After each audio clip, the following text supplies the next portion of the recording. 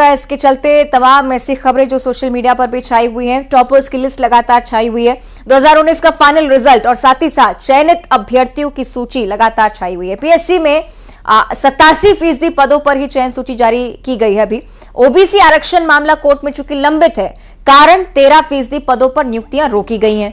कुल 484 पदों के लिए चयन सूची जारी होनी थी, लेकिन इनमें से 12 पदों के लिए योग्य उम्मीदवार नहीं मिले, इसलिए 472 पदों के लिए फाइनल रिजल्ट जारी हुआ है, जबकि बाकी पदों के लिए कोर्ट के फैसले के बाद सूची का इंतजार और उसके बाद सूची जारी होगी। पीएससी द्वारा जारी डिप्टी कलेक्टर की सूची में पहले नंबर पर प्रिया पाठक, दूसरे पर शिवांगी बघेल, तीसरे पर पूजा सोनी है। इनके अलावा राहुल कुमार पटेल, निधि मिश्रा, हरनीत कौर कलसी, सौरभ मिश्रा, सलोनी अग्रवाल, ऋतिका पाटीदार, आशुतोष महादेव, ये वो नाम है जो अब आपको अधिकारियों की सूची में जमीनी स्तर पर काम करते हुए नजर आने वाले। टॉप 10 में 7 लड़कियां शामिल हैं, अपने आप में बड़ी उपलब्धि बेटियों के लिए। डीएसपी की सूची में पहला नाम रुचि जैन, दूसरा ललित बैरागी, माफ कीजिएगा, तीसरे नंबर पर हर्ष राठौर है। एमपीपीएससी द्वारा घोषित नतीजों में कुल 24 डिप्टी कलेक्टर हैं, 19 डीएसपी हैं, 17 कोषालय अधिकारी समेत वाणिज्यकर अधिकारी भी बनाए गए हैं, जिला आबकारी अधिकारी भी हैं, जिला पंजीयक जैसे पदों के लिए भी लिस्ट जारी की गई है। बात अगर टॉपर्स की करें, प्रिया पाठक का सबसे पहले नाम आता है। 2020 में डीएसपी पद पर चयन हुआ। प्राथमिक शिक्षा सरस्वती शिशु मंदिर नागौद से, 8वीं से 12वीं तक की शिक्षा नवोदय विद्यालय से हुई है उनकी। रानी दुर्गावती विश्वविद्यालय से होम साइंस से ग्रेजुएट है।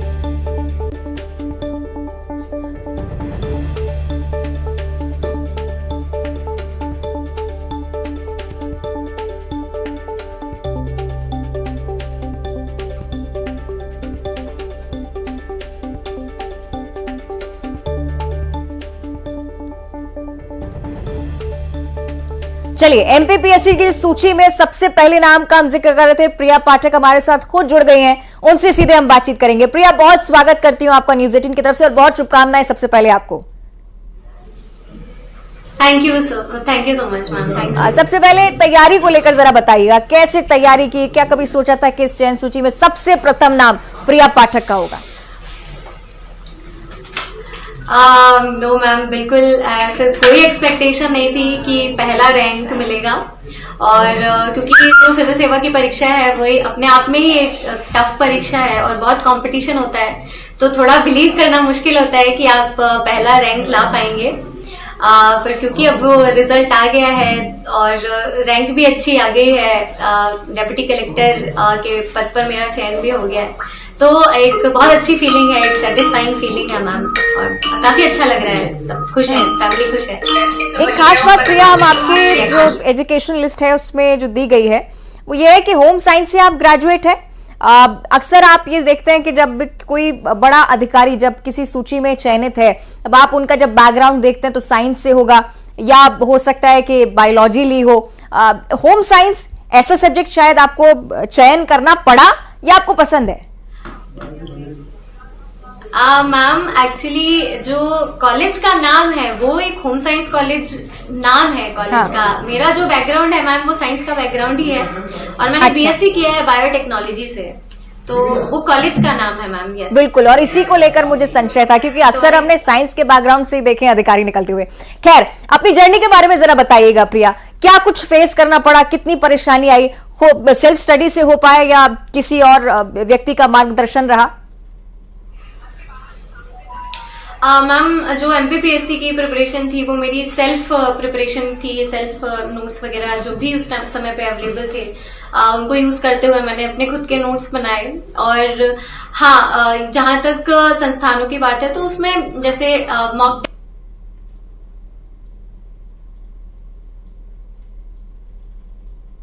प्रिया, शायद कनेक्शन थोड़ा सा डिस्टर्ब हुआ है, लेकिन वो हमें बता रही थी कि किस प्रकार से सेल्फ स्टडी के जरिए उन्होंने सफलता हासिल की है। टॉपर्स की लिस्ट में जब सबसे पहला नाम आप देखेंगे तो प्रिया पाठक आपको नजर आएंगी। जानकारी उनसे लेंगे हम कि किस प्रकार इस सफर को सफल बनाने में किस किस का सहयोग रहा। प्रिया एक बार फिर से जुड़ रही हैं। प्रिया, अपनी बात प्लीज पूरी कीजिए। Yes ma'am, yes ma'am, question आपके सफर के को लेकर बातचीत हम कर रहे थे। आप बता रही थी कि कैसे कैसे आपने सेल्फ स्टडी से मुकाम हासिल किया। जी प्रिया? यस मैम, उसमें मैम सेल्फ स्टडी और फिर जो टेस्ट होते हैं जो आपको हेल्प करते हैं आपकी तैयारी को जो है इवेल्युएट करने में, तो वो सब मैंने किया है। और जहां तक मैम चैलेंजेस की बात है, तो आई थिंक मोर और लेस सबके चैलेंजेस सेम ही होते हैं जो भी सिविल सर्विसेज की प्रिपरेशन करते हैं। पर यहाँ जो इम्पोर्टेंट हो जाता है कि एक बहुत लंबी जर्नी है, तो आपको उतना पेशेंस भी बना के रखना है और इंटेलिजेंस हार्डवर्क के साथ साथ एक जो फेथ है, ट्रस्ट है अपने ऊपर, वो नहीं छोड़ना है। और वो जो है एक वेटिंग पीरियड वो थोड़ा टफ हो जाता है। एग्जाम के बाद रिजल्ट का आप वेट कर रहे हैं, देन उसके बाद अदर स्टेप का वेट कर रहे हैं, तो वो थोड़ा सा डिफिकल्ट होता है। अदरवाइज मैम लगभग मुझे ऐसा लगता है कि चैलेंजेस ऑलमोस्ट सेम होते हैं। वही आप घर से दूर रह के प्रिपेयर करते हैं और घर की याद आती है, आप घर नहीं जाते हैं, दोस्तों से ज्यादा बात नहीं कर पाते हैं, उनसे मिल नहीं पाते हैं, तो ये जो चैलेंजेस है मैम, ये कॉमन थोड़ा तो ये तो रहते हैं। बिल्कुल, और आपके मामले में तो इंतजार बहुत ज्यादा लंबा हो गया प्रिया। हम देख रहे थे लगातार, चूंकि सोशल मीडिया पर भी इस बात का जिक्र हो रहा था कि भाई कब आखिर रिजल्ट जारी होगा, कब सूची सामने आएगी। साथ ही हम तस्वीरें आपके माता पिता की भी दिखा रहे हैं स्क्रीन पर। प्रिया बताइएगा, उनका सपोर्ट कितना मैटर कर रहा था, क्योंकि उनकी जो चेहरे की मुस्कान है वो आज लाजवाब है। यस मैम, बिल्कुल पेरेंट्स का सपोर्ट बिल्कुल बैकबोन की तरह हेल्प करता है। और आप अगर जैसे प्रिपरेशन में है, तो एक मोटिवेशन जो है मुझे अपने पेरेंट्स से बिल्कुल मिलता रहा है। और क्योंकि अगर जर्नी लंबी हो तो इसमें मोटिवेशन एक अपना बनाए रखना बहुत डिफिकल्ट होता है, डिमोटिवेशन बहुत फील होता है, बहुत टाइम पे ऐसा लगता है गिव अप करने का मन भी करता है बीच में। तो यहाँ पे मुझे लगता है कि मेरे पेरेंट्स का बहुत सपोर्ट रहा है। उन्होंने हमेशा मुझे मोटिवेट किया है कि आप जर्नी में आप इतने लंबे समय तक आए हो, तो अब आप पीछे नहीं हट सकते, आपको आपने जो सोचा है उसको इवेंचुअली आपको खत्म करके ही आगे बढ़ना है। तो मुझे लगता है कि ये बहुत बड़ा मोटिवेशन था जो मेरे साथ था। कुछ चुनौतियां भी निश्चित तौर पर आपको फेस करनी पड़ी होंगी प्रिया। सोशल मीडिया को आज के दौर में कहा जाता है कि डिस्ट्रैक्शन एक बहुत बड़ा फोन्स के चलते भी होता है। इसे लेकर कोई संदेश देना चाहेंगे आप दूसरे बच्चों को? Ma'am social media I think अगर आप बहुत फोकस्ड है अपनी तैयारी को लेकर, तो सोशल मीडिया एक डिस्ट्रैक्शन नहीं होता, बल्कि एक फैसिलिटेटर की तरह काम करता है। आप सोशल मीडिया का यूज अपने प्रिपरेशन के बेनिफिट के लिए कर सकते हैं, आप कंटेंट के लिए कर सकते हैं, आप टेस्ट के लिए कर सकते हैं, तो वहाँ सोशल मीडिया एक बहुत बड़ा रोल प्ले करता है। और अगर आप बहुत सीरियस है प्रिपरेशन को लेके, तो आई थिंक डिस्ट्रैक्शन से आप बिल्कुल बच के रहते हैं।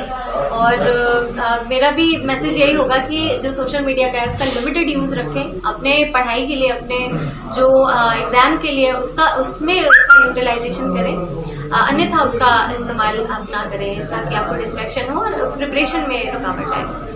प्रिया, ये भी बताइएगा, एक सवाल इस चीज को लेकर भी कि आगे चलकर अब क्या कुछ करने वाली है, इसे लेकर कोई set of mind, set of thoughts हैं क्या? चूंकि भारत में माना जाता है कि अधिकारियों में सबसे बड़ी क्षमता होती है और इस क्षमता को इजाफे की ओर अगर ले जाया जाए तो बहुत अच्छा भी साबित होता है। आगे के लिए क्या सोचा है प्रिया आपने? मैम अभी प्रायोरिटीज में तो जो भी क्षेत्र मैम मुझे मिलेगा, तो वहाँ पे जो भी इश्यूज होंगे मैं उन्हें प्रायोरिटाइज करके काम करना चाहूंगी। और साथ ही मैम जो कुछ सब्जेक्ट्स हैं, कुछ मैटर्स हैं, जैसे कि क्वालिटी एजुकेशन को लेकर के है, गर्ल चाइल्ड एजुकेशन को लेकर है, वुमेन हेल्थ को लेकर है, तो मैम ये कुछ एरियाज है जहाँ पे मैं अपना योगदान देने की कोशिश करूंगी। ठीक है, आपके साथ में शायद प्रिया आपके पिताजी भी बैठे हुए हैं, अगर वो बातचीत कर पाए हमसे तो उनसे भी हम समझना चाहेंगे आखिर किस प्रकार की भावना है।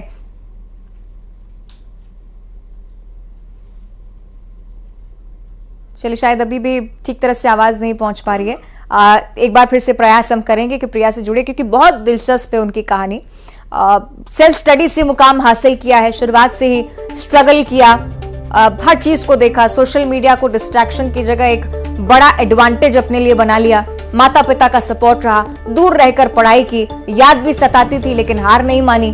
तो ये प्रिया पाठक की कहानी है, उन टॉपर्स की कहानी है जो जी और पूरे लगन के साथ काम करते हैं, जी जान जुटा देते हैं, और उसके बाद जब सफलता आती है तब जो मुस्कान है वो क्या कहती है, वो तस्वीरों के जरिए आप देख रहे हैं। माता पिता बहुत ज्यादा उत्साहित, और ये खुशी जो अब लगातार प्रिया बांट रही हैं एक संदेश के तौर पर भी, कि अन्य जो अभ्यर्थी हैं, जो कैंडिडेट्स हैं, जो ये सोचते हैं कि सेल्फ स्टडी से शायद मुश्किल होगा, उनके लिए सीधा संदेश है। और कहीं ना कहीं जो चुनौतियों से हार मान लेते हैं, उनके लिए भी एक बड़ी होप के तौर पर प्रिया पाठक आपके सामने है।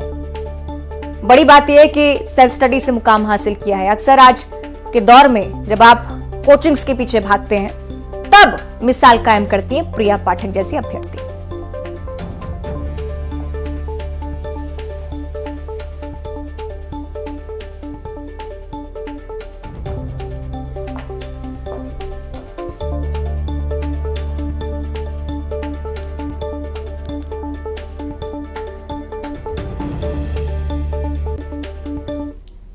और अब आपको दिखाएंगे 20 बड़ी खबरें।